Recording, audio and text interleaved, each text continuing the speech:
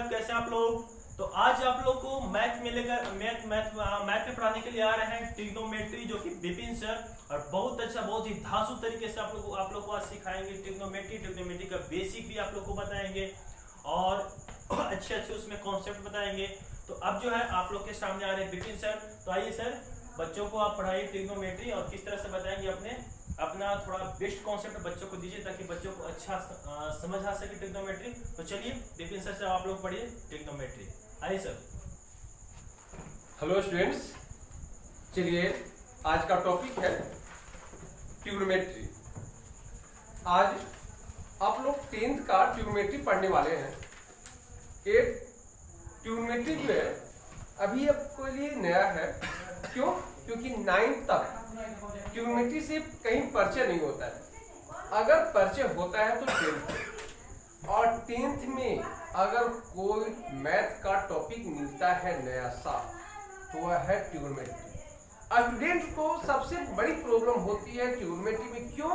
क्योंकि वह उसके लिए न्यू चैप्टर होता है और उस न्यू चैप्टर को जानना बहुत जरूरी है। तो हम लेकर आए हैं इसका एक सीरीज के रूप में, ताकि आपका कोई भी चैप्टर पढ़े तो आपको सीरीज में मिल सके और कहीं भी जाने की जरूरत नहीं है। बहुत से स्टूडेंट ऐसे भटकते रहते हैं इधर से उधर, उन्हें कहीं क्लियर प्लेटफॉर्म नहीं मिल पाता है कुछ करने का, क्योंकि हर प्लेटफॉर्म पर कुछ न कुछ कमियां होती है और उस कमी को भरपाई नहीं कर पाते। तो चले कमी को भरपाई हम करेंगे और हमारे साथ आप बने रहिए। ट्रिग्नोमेट्री के टोटल सीरीज लेकर आएंगे और 1 by 1 आपके पास लेके आएंगे, ताकि आपको जो है कहीं से भी मिस ना होना पड़े। तो चलिए देखते हैं इंट्रोडक्शन टू ट्रिग्नोमेट्री।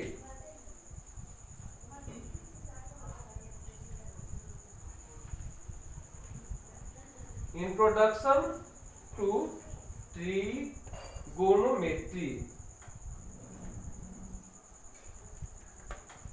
चलिए इंट्रोडक्शन टू ट्रिगोनोमेट्री आज हम लोग पढ़ने जा रहे हैं। Introduction to trigonometry.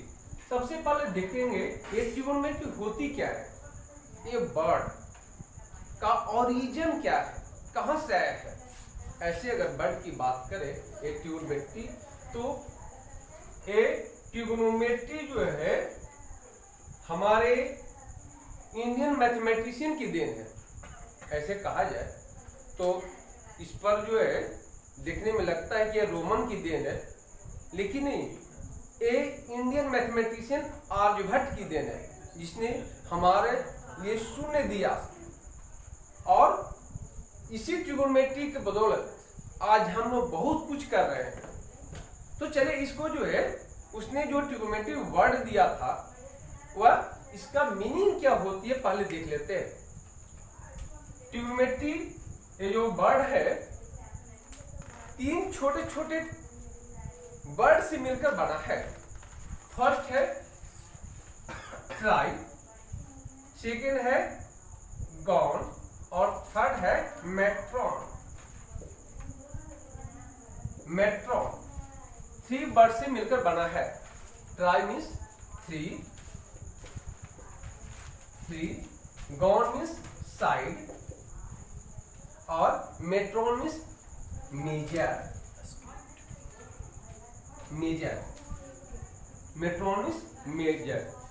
देखा जाए तो एक ग्रीक वर्ड से आया है, ये ग्रीक वर्ड से आया है trigonometry. Tri means 3, gon means side, metron means measure, यानी कि 3 साइड का मेजरमेंट ही ट्रिगोनोमेट्री है। 3 साइड।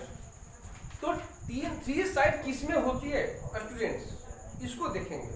3 साइड किसमें होती है, तो 3 साइड ट्रायंगल में होती है। 3 साइड ट्रायंगल में होती है।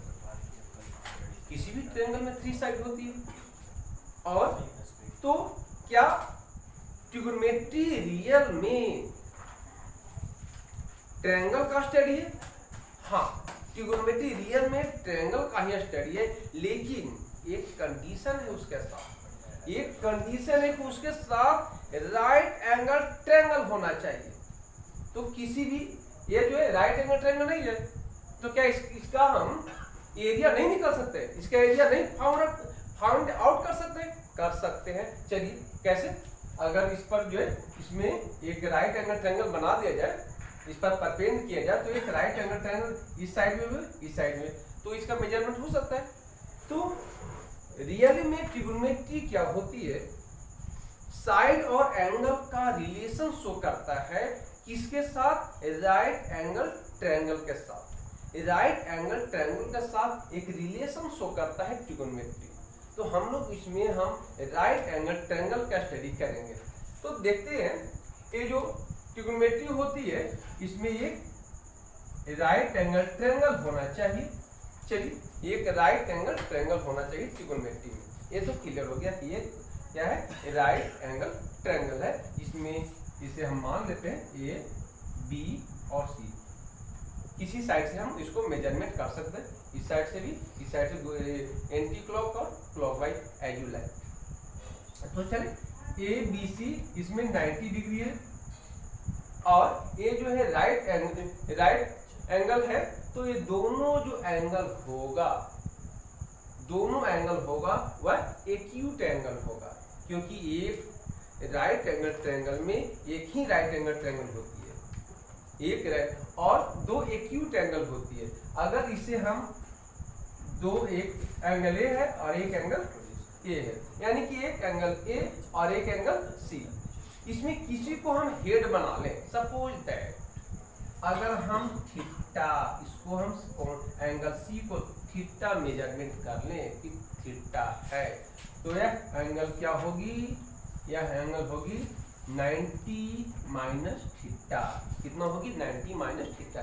क्यों, क्योंकि अगर angle A plus angle B plus angle C equal to 180 degree, हम लोग जानते हैं, पढ़ चुके हैं, 180 डिग्री होती है। अच्छा, तो angle A plus angle B क्या है, 90 डिग्री, ये 90 डिग्री है, और एंगल सी को क्या माने हैं, थीटा माने हैं, थीटा डिग्री है, इक्वल टू 180।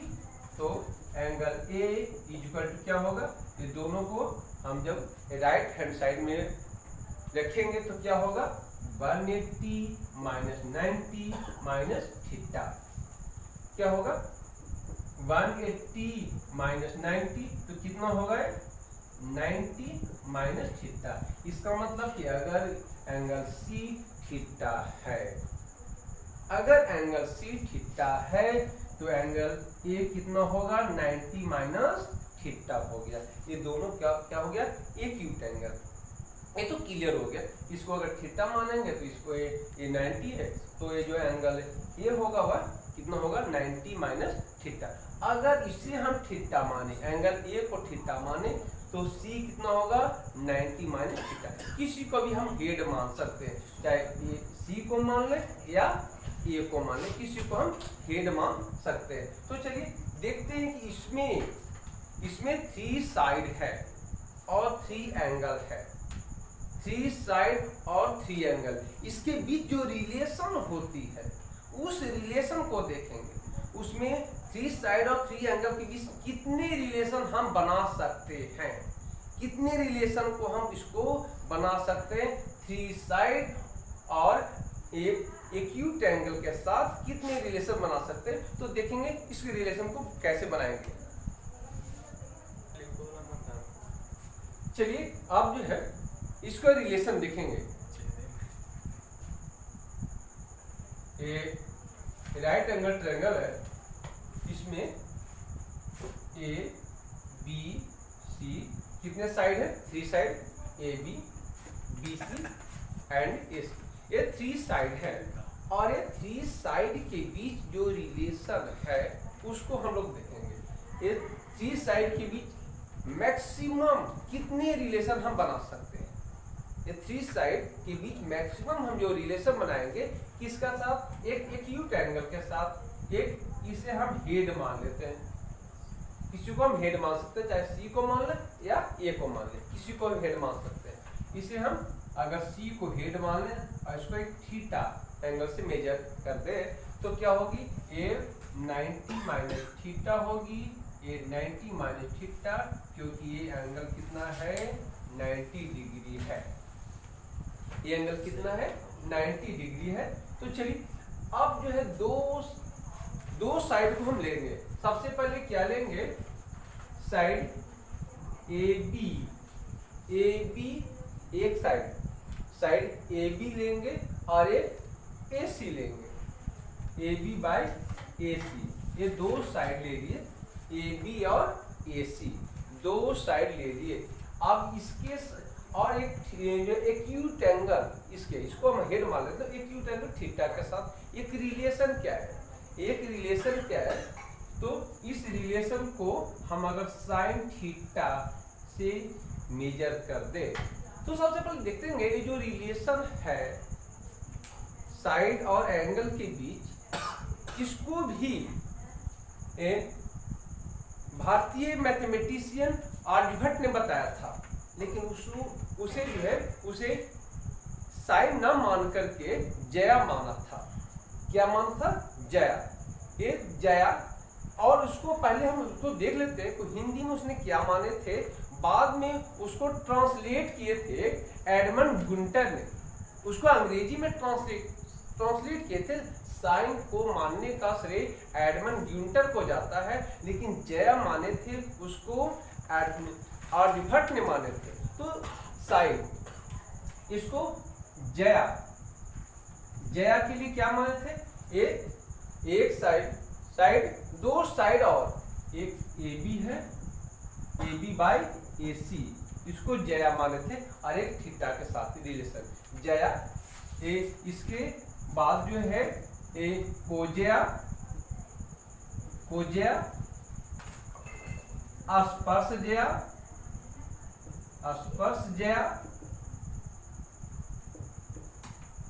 कोटि स्पर्श जया,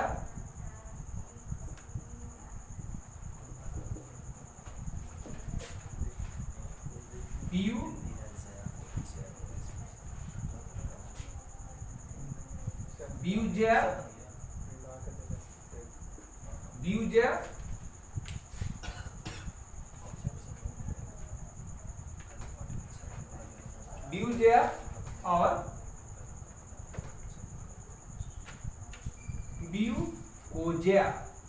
ब्यूकोजिया। उन्होंने ऐसे जया, कोजेया, स्पर्शजया, कोटि स्पर्शजया, ब्यूजया और ब्यूकोजया इन्हें माना था। किसने? आर्यभट्ट ने। अब इसी को एडमंड ग्यूटन उसे ट्रांसलेट किया था इंग्लिश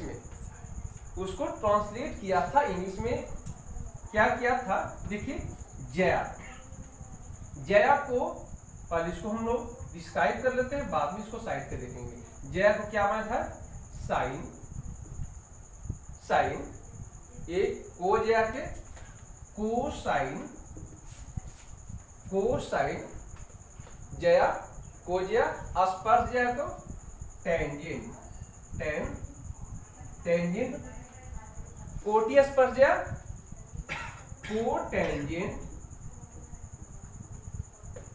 कोटेंजेंट, ब्यूजया, पहले इसको लेते हैं ताकि इसका जो है सीकेंट और इसका कोसीकेंट, इसने माना था। अब इसको हम जो है क्या करेंगे, इसे शॉर्ट फॉर्म, क्योंकि ये जो है जया, कोजया, स्पर्श जया हिंदी में याद करना थोड़ा सा मुश्किल हो रहा था लोगों के बीच, तो उसने क्या किया था कि गुंटर साहब ने क्या किया था, इसको साइन में बदला था, साइन कॉस टैन कॉजेंट, और उसको भी शॉर्ट फॉर्म में लिखा था। तो चलिए इसको शॉर्ट फॉर्म में इस साइड हम लिख लेते हैं, साइन कॉस टैन कॉट,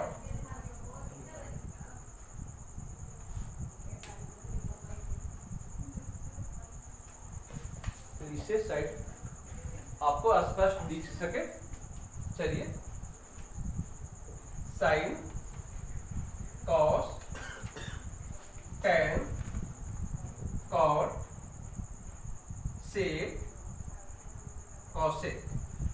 अब इसको ये शॉर्ट फॉर्म आ गया है, शॉर्ट फॉर्म है, तो क्लियर हो गया कि इसको ये जो है नाम किसने दिया था, इसका नाम किसने दिया था। ये लॉन्ग फॉर्म है और ये शॉर्ट फॉर्म है, जो आजकल है ज़्यादा शॉर्ट फॉर्म ही पॉपुलर है। तो हम लोग इसको शॉर्ट फॉर्म में ही मैथ को सोल्व करेंगे, लॉन्ग फॉर्म में नहीं, शॉर्ट फॉर्म में सेट करेंगे। तो चलिए अब ये क्या बताने जा रहा है कि साइन जो है, एक साइन और एक थीटा के साथ जो रिलेशन है, क्या साइन और एक थीटा, इसको हम हेड मारे तो इसके साथ रिलेशन लेंगे ना, इसके साथ एक रिलेशन है। इसमें रिलेशन क्या है कि ए बी एक साइड और एक साइड ए सी, दो साइड और एक एक्यूट एंगल का रिलेशन। ध्यान देना, दो साइड और एक एक्यूट एंगल का रिलेशन। अगर इसका उल्टा कर दे, जस्ट अपोजिट कर दे, तो यहाँ पर क्या कर दे, हाँ थीटा, यानी कि साइड, बड़ा साइड को ऊपर कर दे और छोटा साइड को नीचे, यानी कि दोनों के बीच में एक रिलेशन बनता है। साइन और कॉसेक बीच में एक रिलेशन बनता है। अब किन के साथ, इसके अगर थीटा कॉस थीटा और इसके भी एक दो रिलेशन बनेगा ना, दो साइड है, तो इसके साइड क्या लेंगे, इसका BC by AC, BC by AC, ये दो साइड और एक थीटा, यानी कि कौन, एक्यूट एंगल के बीच। ध्यान देना है कि दो साइड होना चाहिए और एक एक्यूट एंगल होना चाहिए, उसके बीच जो रिलेशन शो करेगा वह है cos theta. Cos into theta हम नहीं कर सकते हैं, क्योंकि कॉस में इंटू थीटा, कॉस को अलग कर दे, थीटा का अलग कर दे, तो इसका जो है हम कोई मेजरमेंट नहीं होगा। कब तक, जब तक दो साइड और थीटा नहीं रहे, इसको हम अलग हम नहीं कर सकते हैं। जब हम इसका प्रॉब्लम सोल्व करेंगे तो आपको पता चलेगा कि कॉस थीटा, कॉस और थीटा का प्रोडक्ट नहीं है। तो चलिए इस बात को आप लोग ध्यान रखेंगे। टेन थीटा क्या होता है, टेन थीटा, ये दो साइड इसके साथ भी लेते हैं, एक ए बी ले ले, क्योंकि हमने अभी क्या लिखा, ए बी और ए सी का संबंध रिलेशन लिया था, और ए सी और ए बी का संबंध लिया था, और फिर क्या लिया था, बी सी लिया था, बी सी और ए सी का संबंध रिलेशन। इसके बाद अगर जो है पहले इसको देख लेते हैं, इसका उल्टा क्या होता है, इसके साथ इसका एक रिलेशन होगा, इसका उल्टा कर देंगे, पहले ए सी लेंगे, इसके बाद क्या लेंगे, बी सी, यानी कि इसके और इसके बीच में एक गहरा संबंध है, दोनों के बीच। कौन किसके साथ, साइन और कॉसेक के बीच एक रिलेशन बना, कॉस और सेक के बीच एक रिलेशन बना। अब टेन, अब जो है साइड इसका रिलेशन ले लिए थे, फिर इसका ले लिए थे, और अब टेन एक रिलेशन बचा है ए बी और बी सी के साथ, इसको भी देख लेते हैं।